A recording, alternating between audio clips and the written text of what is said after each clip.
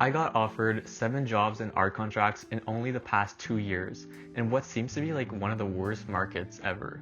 Especially with AI art now, it seems like people are losing their jobs left and right all the time. But you know who are getting these jobs? It's not the best artists out there, it's the ones that are pitching themselves well. So here are 3 techniques that even beginner artists use to land those art jobs, and how you can do it too. For each job submission, you need 3 things. You need a good email to introduce yourself. You need a good portfolio, even a great one. And then you also need a cover letter. So let's talk about the portfolio first. What do you actually need in your portfolio and what makes it strong? You need to see what job you're applying for. Let's say you're applying for a concept artist job. You need to show your process. That's the most important thing because a concept artist is all about their progress. So going from first iterations to thumbnails to then colors and then different kinds of outfits for, let's say, some kind of character. You need to show your full process and not just the final product, and actually show that you're valuable to their studio. If you're applying for a splash artist job, then you need to show your thumbnails for what kinds of different compositions you want. And then after that, you need to show your color combos. Then after that, you need to show how refined you can get with your art and actually show that your art is good enough to be hired. And you're always showing every single step. That's the most important thing. In a few words, show me what your process is, show me what your value is, and that you can replicate that process over and over and over. That's what makes you valuable. Another very important thing is you need to be applying to jobs that are actually there for you. If your art is very cutesy Pinterest kind of art, and you're applying for like a medieval fantasy RPG, that might not be the right project for you. If you're applying for that, you need to also show it in your portfolios. You need to show the studio that you're actually there for them and not just applying to every job out there. Show me you can finish a project. I'm talking in your portfolio, you're not going to put 15 different kinds of pieces that aren't related to each other. That's not what studios want to see. They want to see that you can work on a project long term and then actually stick to that art style, those characters, that world building, whatever it is, and you need to fully flesh it out so that your project is done. You should be able to submit maybe 3 different kinds of projects, 3 to 5 of your strongest work, and put it all in your portfolio. So if you have 10 illustrations from one project, you link those 10 illustrations that are finished with the process art for, let's say, a concept art job, and then you need to show your process for like the full world and how it developed over the years or over the months, however long you worked on it. If you're not doing that, then you're just showing that you can make a pretty picture, and studios don't want that. Another important concept is you shouldn't be putting fan art in your portfolio.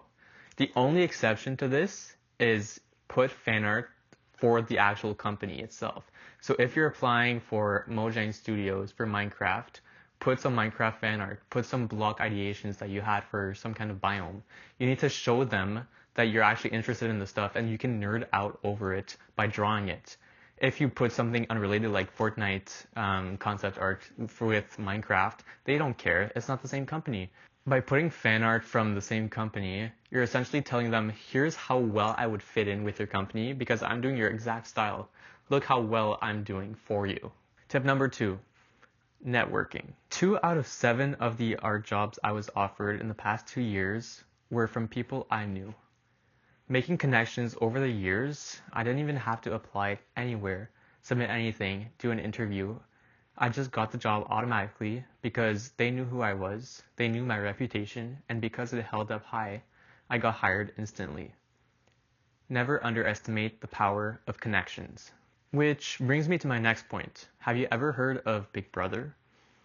If you're applying local, the chances are someone might know who you are just from being around you all the time, especially if you live in a small town and that's where you're applying. So when you're working in a professional environment, whether it be high school right now, college, university, any kind of art-related topic, you have to think about the way you act in public. If your friend wouldn't be able to recommend you, that your behavior needs to be corrected. If I had to think of someone I would recommend for a job, because it does happen, a lot of people, especially the ones who are already hired there, the employers who are gonna hire you, they value their employees' opinion very strongly. And so you need to be able to be held up high in their opinion. When you're in public, you need to act very accordingly. So you're being very respectful, you're making some cute jokes but not offensive, being very social. You don't want to be the social outcast. Even if you have very strong social anxiety, you need to be able to work on those skills, because believe it or not, that can be worked on. I had very severe social anxiety when I was a kid, and it was only by working through it and putting myself in very awkward positions that I got myself being able to talk in front of a large crowd, or even in front of this camera right now. You need to be able to present yourself very professionally so that people recommend you. So if you're not at that point where you would recommend yourself for a job, you need to reevaluate how you act in public and make yourself the better you. Okay, tangent over. You know how to act in public. Now, the only thing you have left is to ask someone you trust for feedback. Whether this be a professional in the industry or just a good friend that knows a lot about the arts and that you value their opinion, so that way it actually means something to you. Don't ask your mom if she doesn't know anything about art. Don't ask your cousin. Ask someone you trust. If you don't know anyone like that in your life right now, you can go to my services, which brings me to the sponsor of today's video, me. If you're specifically looking for art career advice or you need a stronger portfolio, now is the time to act. If you'd like to book a session one-on-one with me for some art critiques, some portfolio building, or for some art career advice, you can go to the description of this video and find the link to my website, voartist.com/booking, and book your meeting with me. I'm launching my business, and using the Launch30 discount code, you can book your session with me with a 30% discount. Only this month, so it expires February 28th. Don't wait around. But let's get back to the video. Okay, so let's be realistic. A lot of people are applying for the exact same job as you are. Right now, there have never been more artists applying for jobs. Maybe like 30 years ago, when the industry was only full of like 1,000 artists and they were all working on different productions, people would just connect, again, using networking and just get themselves on different productions. But right now, there's like over like 100,000 artists who are looking for jobs. So what you need to do is you need to stand out. I'm talking make a video of yourself explaining to the company why you would be an asset, showing your portfolio in a video, and then you can send it to the employer. You don't need to do that though. That's just like really over the top. But if it is like your dream job, I would totally recommend doing something like that. It'll help you stand out over the hundreds of applicants that are applying for your dream job as well, especially if the skill gap is the same. If you have the same exact skills as somebody else and you're both going into an interview, they would already know from that video who you are as a person. So demonstrating your personality is what makes you hireable, and people want to hire you because of you, not because of how good your art is, even though that's a very big criteria as well. And finally, we want follow-ups with value. I'm talking after when they reach out to you if they're interested.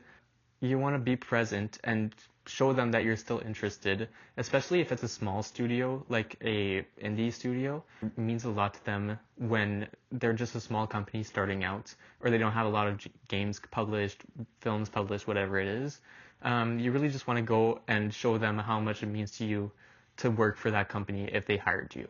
Last but not least, I've been talking a lot about how to get hired to studios, but if your dream job is to work in a coffee shop where you make art for them and you get them posted on your wall, reach out to that studio. Who knows? Maybe this is the time to get a job. There's a lot of different factors in life, and one of the biggest ones is luck. If everyone had luck on their side, you just randomly went to a studio and then started applying for it, and they said, yes, let's do an interview. If you got lucky but you weren't at the right criteria for them to hire you, then luck means nothing. If that video interested you, I'd recommend going down to other kinds of videos I've made and just checking them out. There's a lot of different kinds of skills you can learn down in my YouTube channel. Thank you for watching.